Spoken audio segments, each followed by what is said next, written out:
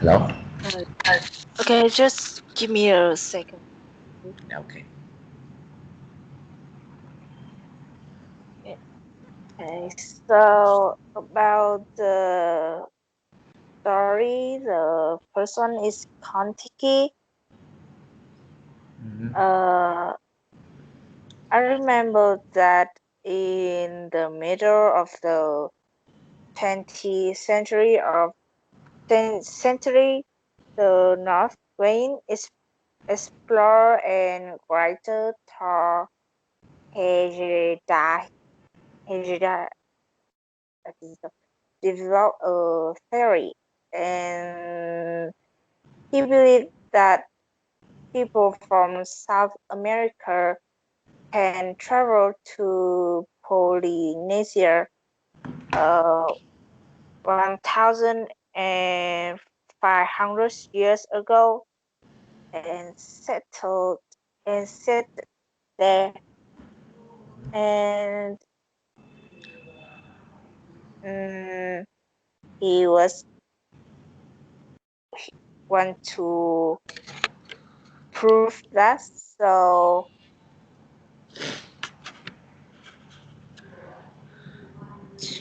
he was travel to that place, and they just it was 5 people with his team, Yeah. and they just use only uh some some places materials, not any modern technology. Mm-hmm. And I remember that they use a wooden raft, right? Yep. Mm, and on the I remember it's 18 no, it yeah 1847 they left from Peru and crossed the Pacific to go to the Polynesia, Mm-hmm. and they traveled for 101 days for and 4,000 miles with and 4,300 miles. Mm-hmm. Then they arrived in Polynesia. Um, Oh. that travel was amazing, uh, and that travel was called Kontiki. So in the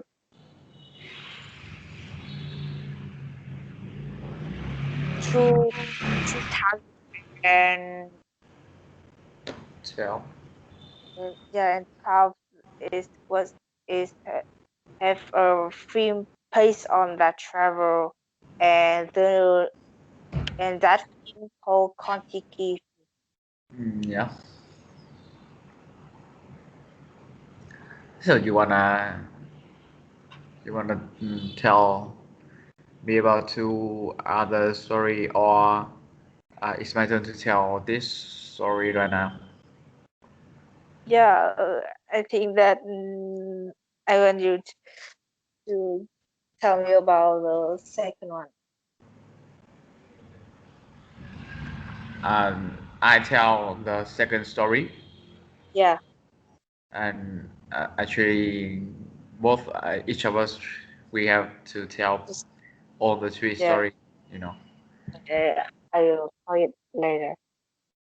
So okay, I will tell the second story, and in turn, I will go back to the first and the third. Okay, let's Mm, go. So the second story named Into the Wild. The story is about a man named Chris. Um, I don't Chris Candeles, I guess. He was a graduated um, man. He graduated from a university in USA, but after all he wanted more from life than just a normal career or a normal life, so he gave away all his saving money is about $24,000 to charity, and abandoned his car and give away all other property, borrow money, and change his name to Alexander Supertramp. And he decided to live the modern life to experience the life alone in the wild. Um, and when he didn't have any modern equipment or technology besides his candidates hardly went into Alaskan Alaskan wilderness, and while he was traveling, he met so many people wanting to help him.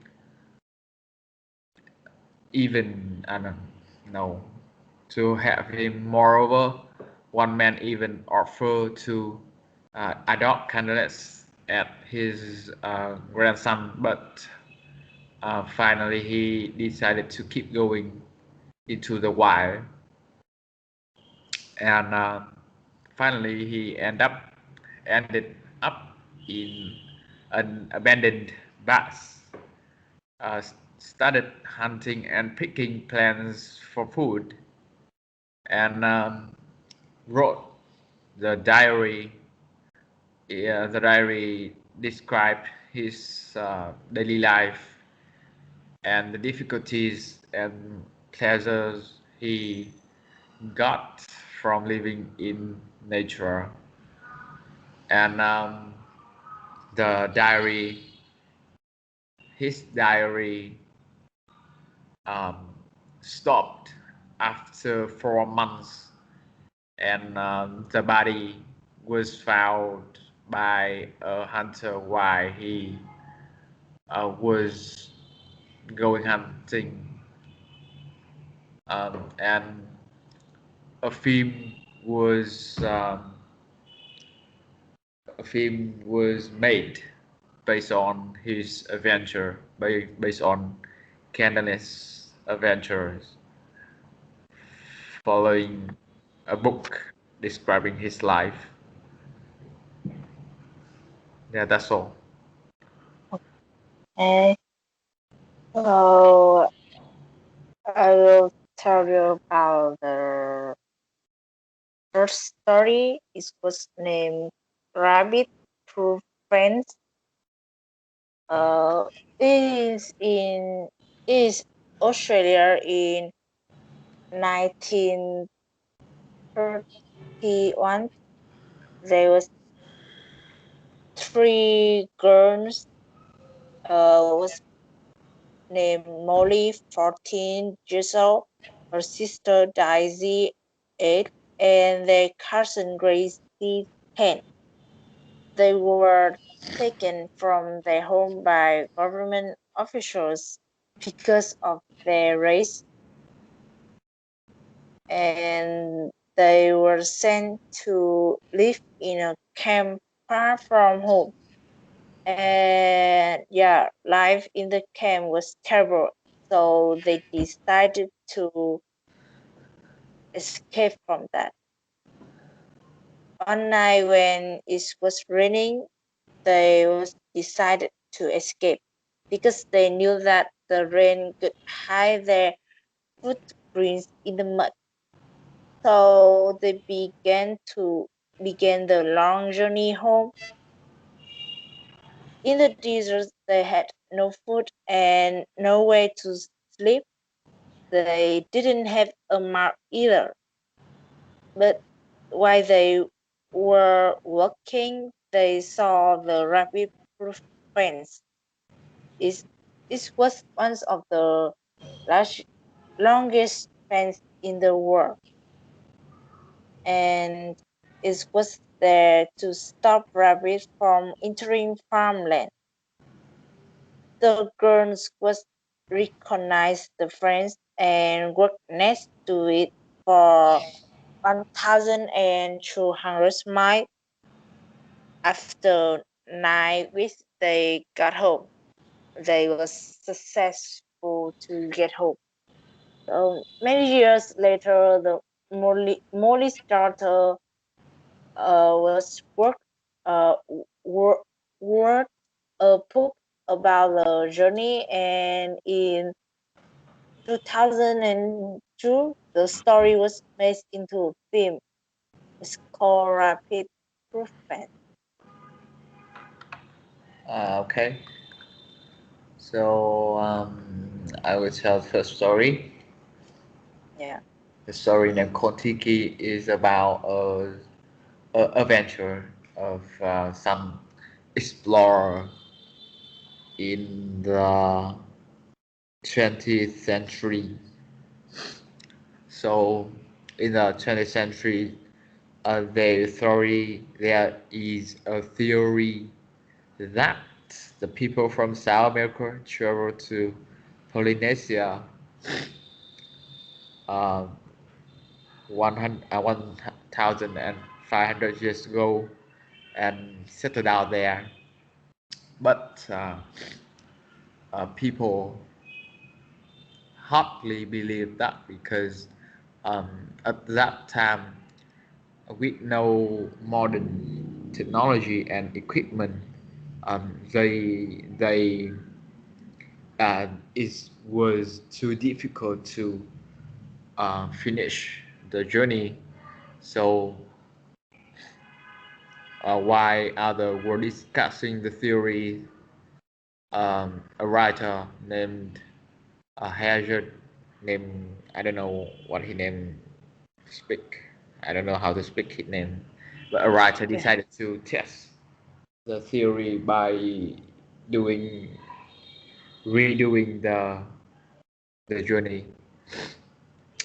So using they just used the materials and technology available to the people of 1500 years ago, and their team has 5 members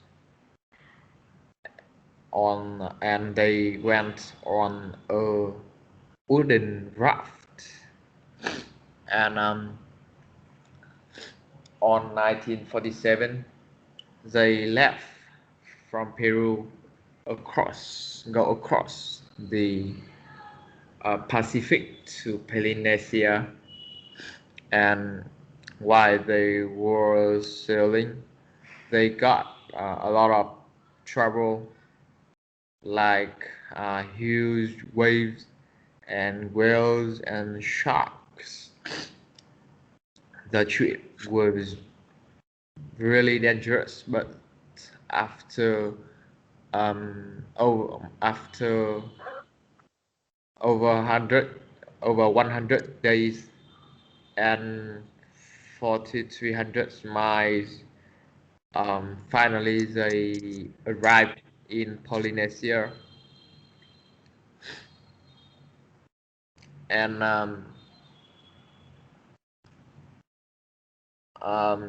after that, the writer he wrote a book about their journey, and in 2012, a Norwegian film called Kon-Tiki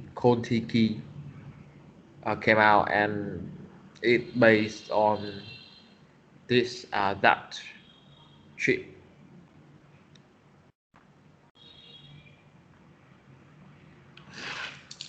Okay. Yeah, that's all. So, uh,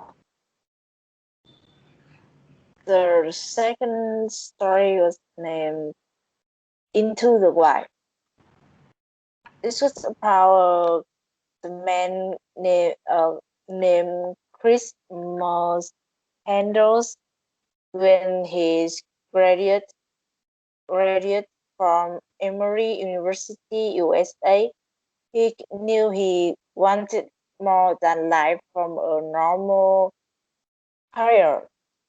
So he decided to give away his savings and the $4,000 to charity and abandoned his car, burned the money in his wallet, and gave himself a new name, Alexander Supertramp. He rejected the modern world and decided to experience life alone in the wild. Now, with hardly any equipment or technology, Miss Candles went into the Alaskan wilderness. This was a wide area where no one lived. While he was traveling, he met several people who helped him, give he, giving him rice and food. One, of, one man even offered to adopt him as a grandson, but he decided to keep going into the wild. Eventually, eventually, he ended up in a abandoned bus hunting and picking plants for food while he was living while he wrote a diary. It described his day-to-day life and the difficult and pleasure he had from living in nature. He stayed in the bus for 4 months and then his diary stopped. Eventually his body was found by a hunter. Following a book describing his life, a film came out based on his adventure. Okay. So the next story named Rabbit Proof Friends. Well, is a at is a story at Australia in 1931. These three girls were taken from their home by government to by the government because of their race, and they were sent to live in a camp so far from home, and the life at the camp was really bad, and they hated. So in one night when it was raining, and the girls they decided to escape because they knew that the rain can the rain could hide the footprints. So they began the journey home. They had to um, go across a desert with no food and nowhere to sleep, and they didn't got the map either. But while they were walking, they saw a fence. It was called Rabbit Proof Fence, which is the longest fence in the world to stop the rabbits from entering the farmland. So the girl recognized the fence and walked next to it. After 9 weeks and 1,200 miles, they finally got home. And many years later, um, a girl's daughter wrote a book about the journey, and the story was made into a film too after that. And yeah, the story ends here. Okay, now you go. So yeah, that's all today. Okay, Goodbye. we don't have any. Bye. Bye.